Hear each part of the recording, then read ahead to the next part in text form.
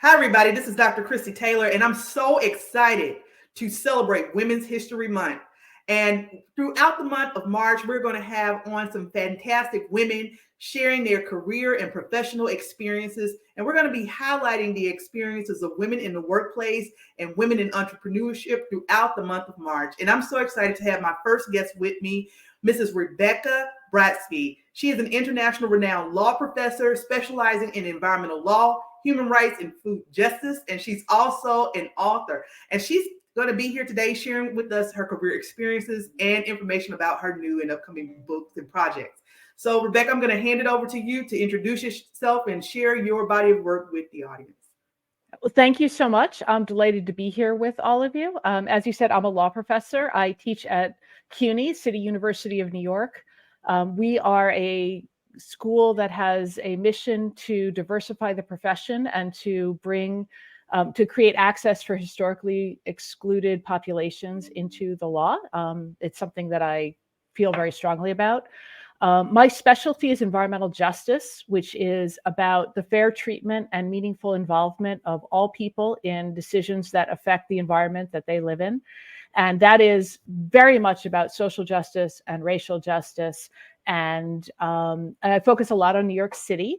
And in my spare time, I sort of don't stay in my lane very well. I make environmental justice comic books in partnership with an extremely talented artist. And I also just wrote a book about New York City history called Naming Gotham, the Villains, Rogues, and Heroes Behind New York Place Names. So lots of things that I do. I'm glad to talk about any or all of them. Well, I hope that we're able to touch on all of them, but I really have to start with the book, right? That's very interesting. We just had an offline conversation. I told you about my love for history, and I teach history courses part-time.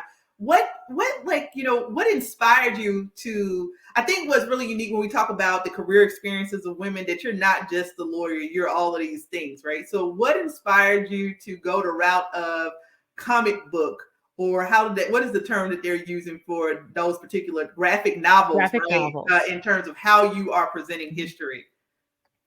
Well, I wanted to create something that would be a little more accessible than my law review articles. I've written probably 60 or 70 scholarly articles, and I love doing that, and it's great, but the readership is, shall we say, small, right? Not your random everyday person is not going to read a law review article.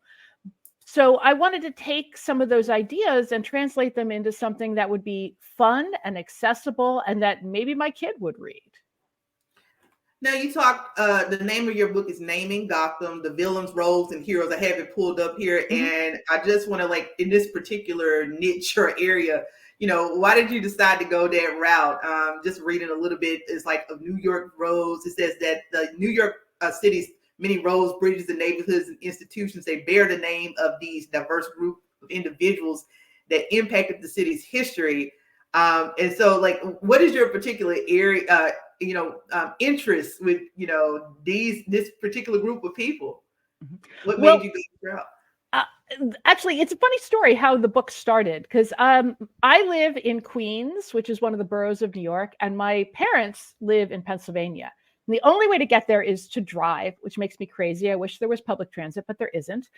And driving meant taking a highway called the Major Deegan Expressway, which runs past Yankee Stadium and connects to the George Washington Bridge. And anybody who's taken the Major Deegan knows that what that means is sitting in traffic. And in my case, sitting in traffic, cursing, because I'm not very good in traffic. And I used to always say, who is this Major Deegan? I hate him. And nobody ever knew who he was. I mean, this really important road is named after the guy, but no one had a clue who he was. And I thought, well, that's interesting. And then finally, my family got really sick of listening to me complain about Major Deegan. And they said, well, why don't you find out who he is? So I did. And it turned out that he was way less impressive than you might expect, given that he has this major road named after him. And it just sort of got me interested. A lot of roads in New York are named after people. There's the Van Wyck Expressway. There's the Jackie Robinson Expressway. There's the Bruckner.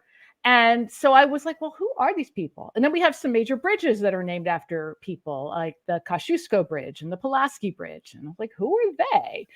And it became a hobby, and then it turned into a book.